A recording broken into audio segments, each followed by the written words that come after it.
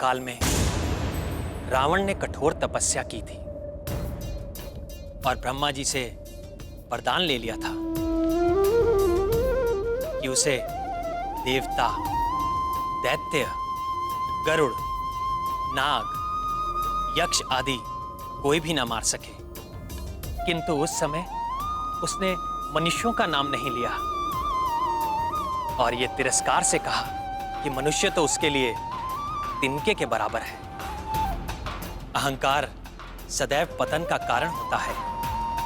रावण के भी विनाश का कारण उसका अहंकार बनेगा, क्योंकि शीघ्र ही मैं मनुष्य रूप में अवतार लेकर दुराचारी रावण का वध कर दूंगा।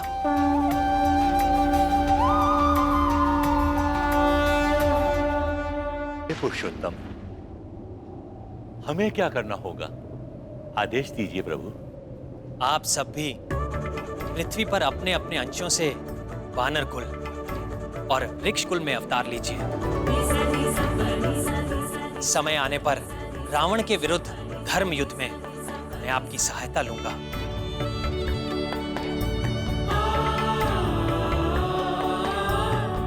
आप समस्त जगत के पालक हैं। हे धरणीधर, आपसे ही ये ब्रह्मांड जन्म लेता है और आप ही प्रलय काल में इसे अपने में लीन कर लेते हैं। हे प्रभु, रावण के विनाश के लिए आपका एक कटाक्ष ही पर्याप्त है। फिर भी आप हमारी सहायता चाहते हैं। हे प्रभु, हमें आशीर्वाद दीजिए कि हम आपकी लीला से मोहित होकर अहंकारी न हो जाएं।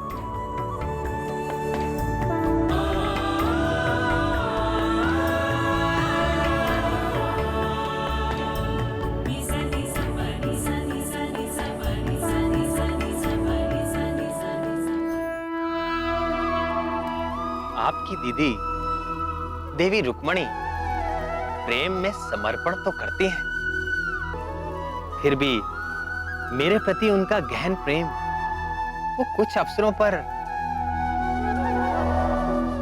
उजागर हो ही जाता है। क्या बात है प्रिय, कुछ कहना चाहती हैं? कुछ भी तो नहीं नाथ। ये नरा अवतार मैं धर्म की स्थापना के लिए ले रहा हूं प्रिय,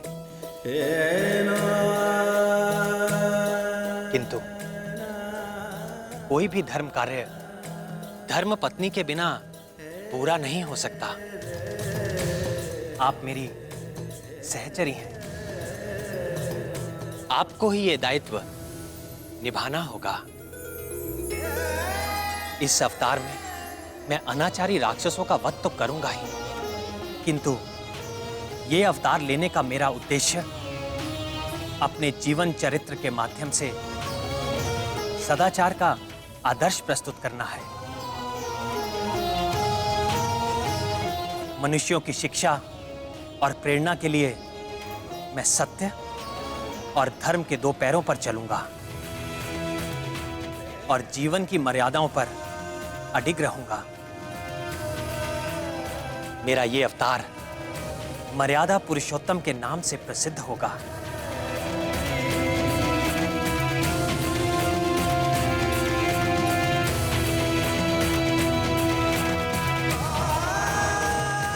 ओम नमः शिवाय।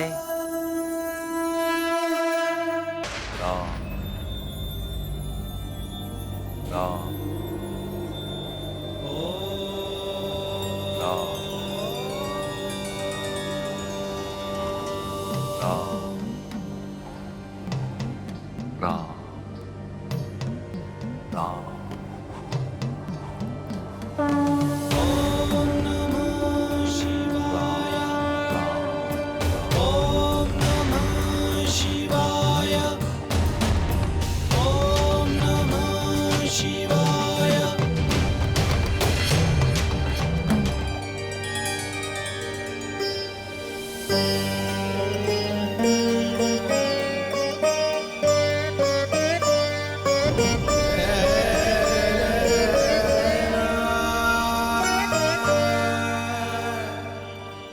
किसका जाप कर रहे हैं महादेव?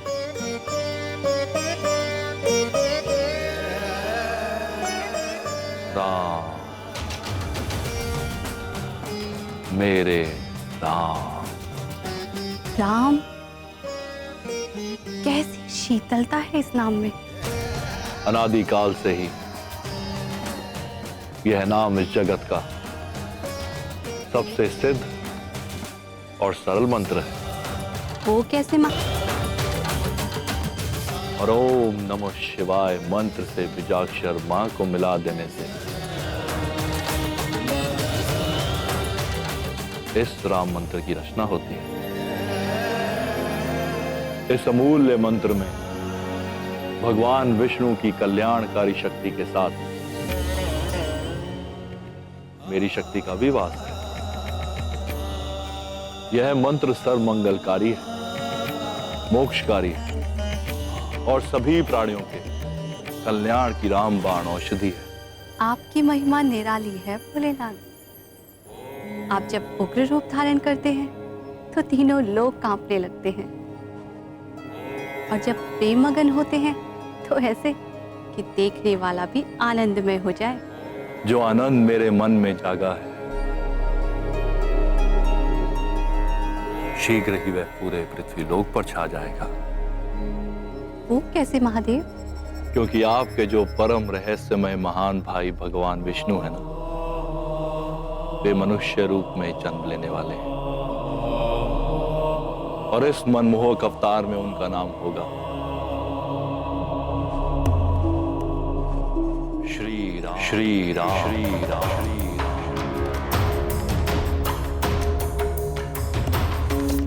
वे मेरे भाई अवश्य है नंदीश्वर, परंतु आपके प्रेम और समर्पण के समक्ष मेरा प्रेम तो कहीं ठहरता ही नहीं। ऋषियों ने भी सत्य कहा है, शिवाय विष्णु रूपाय शिव रूपाय विष्णवे शिवस्य हृदयम विष्णु विष्णोश्च हृदयम शिव। अर्थात शिव विष्णु का रूप है और विष्णु शिव का रूप है। शिव विष्णु के हृदय में वास करते हैं और विष्णु शिव के हृदय में। परंतु महादेव, श्री नारायण को अवतार लेने की क्या आवश्यकता है? वे जब चाहे तब अपने चक्र से रावण के 10 सिर काट सकते हैं। निश्चित ही काट सकते हैं शैलपुत्री, किंतु श्रीहरि ब्रह्मा जी के वरदान की अवहेलना नहीं करेंगे। किंतु ब्रह्मा जी, भगवान विष्णु और मैं, 3 अलग अस्तित्व अवश्य हैं,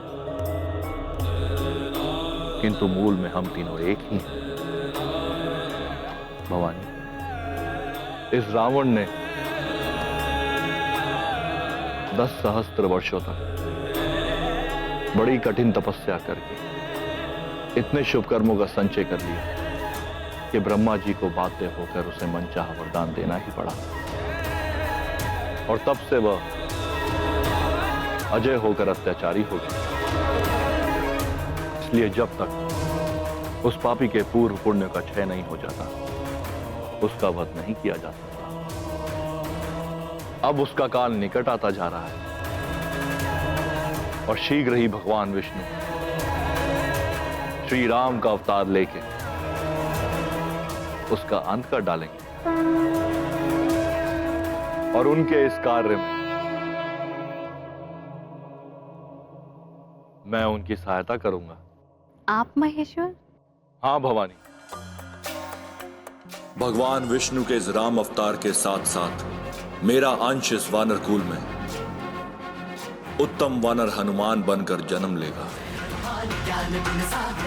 और अपनी भक्ति और समर्पण से प्रभु को प्रसन्न करेंगे और राम नाम की सिद्धि को प्रसिद्ध करेगा। वज्र और ध्वजा विराजे, कांधे मूंज जनेऊ,